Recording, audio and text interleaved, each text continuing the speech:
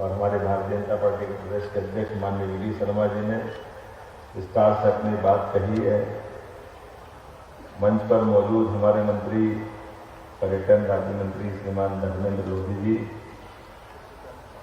माननीय मंत्री श्रीमती कृष्णा गौर जी, मेरे साथी विधायक और पोटेंट स्पीकर रहे माननीय रामेश्वर शर्मा जी, हमारे महामंत्री और विधायक श्रीमान भगवान दास सरनानी जी, हमारे एक और विधायक सामने बैठे हैं सिरमौर के माननीय रीवा की सौगात आपको मिल रही महाराज, जोरदार आपका अभिनंदन, धन्यवाद देने के लिए भी आए। इस अवसर पर मंच पर विराजमान हमारी महापौर श्रीमती मालती राय जी, जिला पंचायत के अध्यक्ष श्रीमती राम कुंवर जी, भाजपा अध्यक्ष सुमित पचौरी जी, इस अवसर पर इस व्यवस्था के प्रबंध संचालक जेट एयर सर्विसेज के श्री एस राम ओला जी, पीएस पर्यटन, पीएस टूरिज्म, एक ही है टूरिज्म और पर्यटन तो, लेकिन ये हमारे एविएशन के पीएस भी हैं, हमारे एसीएस और दोनों पीएस यहाँ बैठे हैं। इस अवसर पर सभी गणमान्य नागरिक हैं। ये बदलते दौर का समय है, हम सबके लिए सौभाग्य की बात है। देश के अंदर वर्तमान का दौर तो स्वर्णिम काल की तरह चल रहा है, जब यशस्वी प्रधानमंत्री तीसरी उड़ान के लिए आगे बढ़ रहे हैं। जोरदार अभिनंदन करो माननीय नरेंद्र मोदी जी का। कितने प्रकार से सोचते हैं, कितने अलग अलग प्रकार के प्रयोग होते हैं और इस उम्र के साथ उनकी अपनी ऊर्जा, ऐसा लगता है कि परमात्मा हमारे लिए विशेष भारत की उनका हमारे साथ जुड़कर के सरकार चलाना, ये हम सबका सौभाग्य है, हम सबका सौभाग्य है। अभी आज ये जो सौगात दे रहे हैं, थोड़ा सा इसका एहसास करें। केवल मैंने मोदी जी की बात इसलिए जोड़ी कि उनके मन में बहुत नवाचार है।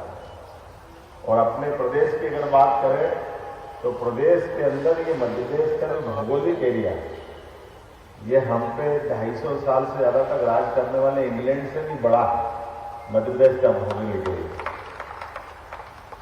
इटली से भी बड़ा है। हमको बार बार इटली याद आती है, लेकिन इटली जैसे राज्य से भी हमारा अपना इस प्रदेश का भौगोलिक एरिया इतना बड़ा है।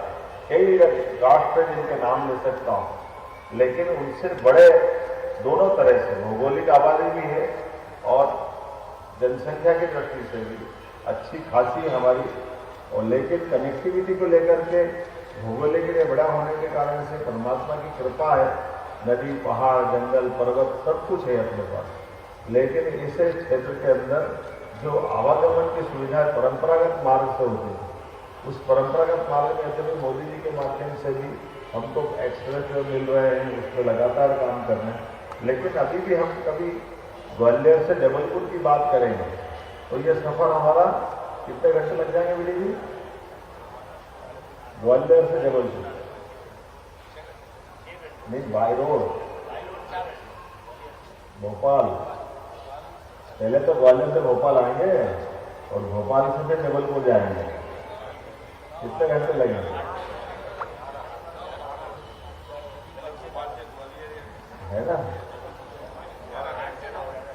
ऐसे अपन रीवा से कल्पना करोगे, रीवा के सिरमौर वाले बैठे माननीय विधायक जी, तो रीवा से हमको जबलपुर से, लेकिन ये जो वास्तव में आप जो समय बदला, ये इसीलिए कह रहा हूँ कि ये अभी की जो भौगोलिक दूरी है, ट्रेन के रूट है, ट्रेन में भी माननीय मोदी जी ने काफी काम किया, लेकिन हमको अब इस दिशा में हवाई यातायात की दिशा में बढ़ना है। और हवाई यातायात में अभी एक साथ 3 तरह की सुविधाएं हमारे द्वारा सरकार के द्वारा दी जा रही है।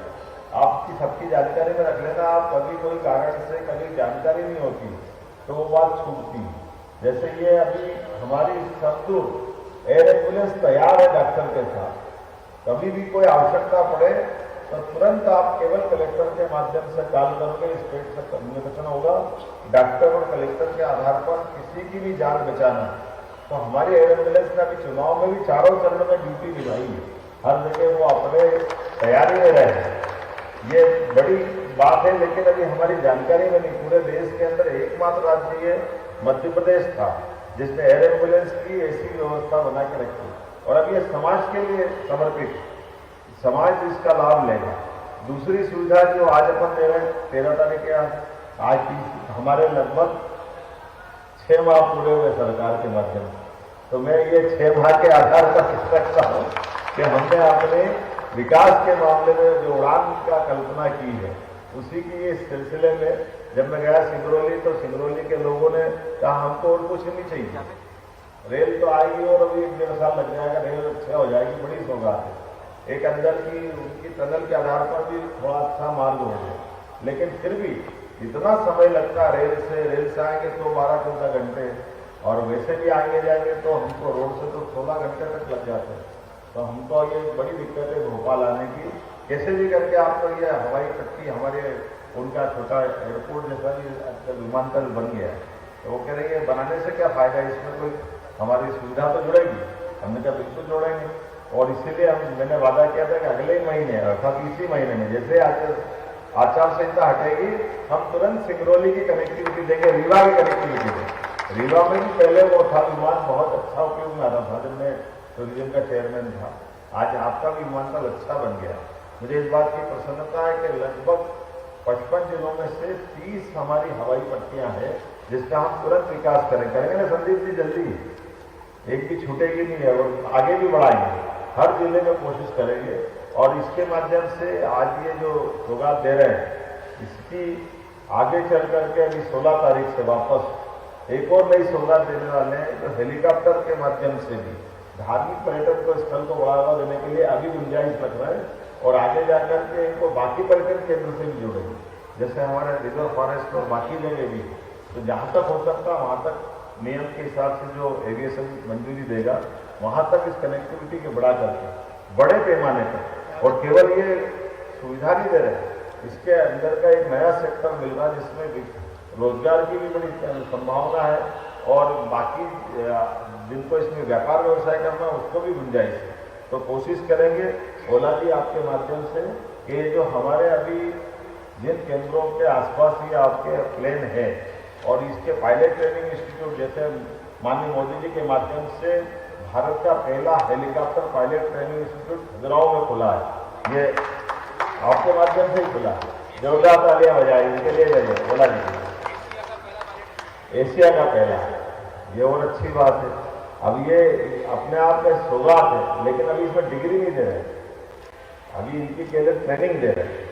तो मैं शिक्षा विभाग के माध्यम से कोशिश करूंगा कि जहाँ जहाँ हवाई पट्टियाँ हैं वहाँ हमारे पायलट ट्रेनिंग इंस्टीट्यूट बाकायदा डिग्री डिप्लोमा जारी करें विश्वविद्यालय के माध्यम से। तो ये जो उसकी एविएशन के माध्यम से जो डिग्री देंगे उसकी कीमत और बढ़ जाएगी। ये हमारा शिक्षा विभाग के माध्यम से, माननीय राजा जी नोट करना है इसको, तो ये आप कॉमन रूप से बात करिएगा कि जहाँ जहाँ की हवाई पट्टी अभी बाकी है वहाँ पर हमारे पायलट ट्रेनिंग इंस्टीट्यूट चालू हो, उनकी डिग्री संबंधित पास का विश्वविद्यालय देने लगे, डिप्लोमा देने लगे, तो भी हम आइडेंटिफाई कर रहे हैं और कोशिश कर रहे हैं कि इस प्रकार से इनकी सेवाओं के माध्यम से इस काम को और आगे बढ़ा सके। आज मेरी अपनी ओर से खासकर सिंगरौली और रीवा सर्वाधिक दूर है, वैसे जबलपुर से भी आने के लिए ये सौगात बड़ी है, हाईकोर्ट पे जाने के लिए बड़े पैमाने पे लोगों की डिमांड रहती थी, और ग्वालियर जबलपुर दोनों ऐसे स्थान हैं जहाँ भोपाल से भी लोग बहुत आते जाते हैं। तो मैं उम्मीद कर रहा हूँ कि इसकी सौगात का लाभ सबको मिलेगा, और ये नया रूट तो गजब ही कर रहा है, भोपाल जबलपुर रीवा सिंगरौली। अब रीवा से सिंगरौली का कोई कनेक्शन सीधे सीधे नहीं है, कितने घंटा है सिंगरौली है ना, और ऐसे कितनी देर में पहुंचेंगे? ये अगर प्लेन चला सीधा, अगर सवारी सीधी मिल गई सिंगरौली से रीवा की तो 15 मिनट में पहुंचा देंगे, तो कहाँ 4 घंटे का 15 मिनट, तो ये तो जादू हो जाएगा एक तरह से।